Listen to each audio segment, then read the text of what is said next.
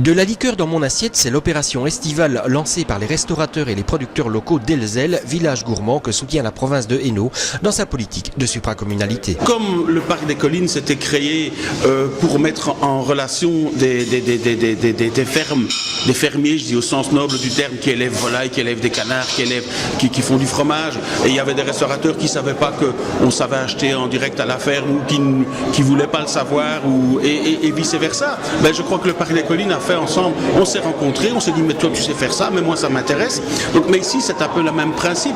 Donc c'est en quelque sorte les politiques qui lancent le projet, Elzel Village Gourmand, et puis déjà au niveau des restaurateurs on apprend à se connaître, et au niveau des producteurs, l'année passée bon, avec toutes les bières locales on a fait des découvertes et il y avait vraiment des choses très agréables, et cette année-ci avec les liqueurs on savait qu'il y avait certaines liquorisseries qui faisaient tel produit, mais enfin on ne s'intéressait pas plus à ça. Tandis que maintenant, on est un petit peu obligé de les utiliser, et c'est vrai que bon, on se décarcasse et on se dit tiens, qu'est-ce que je pourrais faire avec ça, qu'est-ce que je pourrais faire avec ça. Donc c'est un petit peu, oui, ça permet de les reconnaître, mais en même temps ça nous oblige à réfléchir de ce qu'on pourrait faire avec leurs produits. Un exercice, pas toujours évident. Dans les liqueurs que nous avons testées, le problème c'est que c'est souvent très sucré, c'est souvent très fruité, donc ça se marie pas avec tout. Heureusement, on a la chance de trouver notamment des liqueurs à base de plantes qui permettent de le travailler avec certains plats.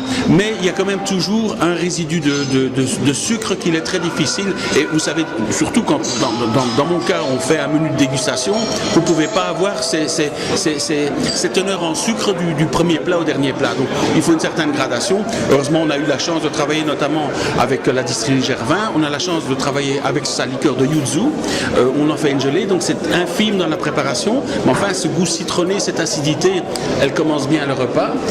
On travaille également avec son point G. Bon, ici je fais un beau point G sur l'assiette, comme ça tout le monde saura où il est, mais donc c'est aussi c'est quelque chose qui se marie bien avec le rouget que dans la préparation qu'on a imaginé.